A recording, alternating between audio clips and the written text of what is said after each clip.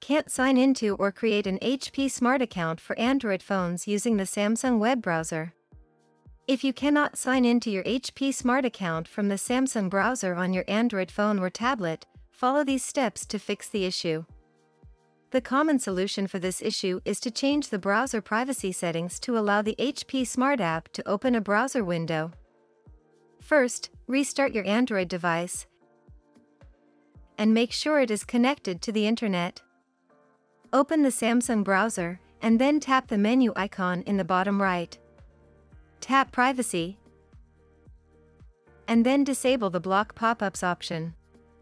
Open the HP Smart app, and then sign into or create an account. If you cannot sign into or create an account, try using a different browser. Install the Firefox app from your App Store. Change the default browser to Firefox. To do this, open the Settings app and search for and open the Default Apps or Default Browser menu. Select Firefox from the list.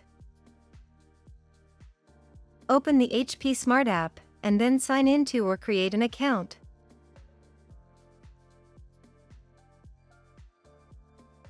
After the printer setup is complete and you can sign in, you can change the default browser back to your preferred web browser.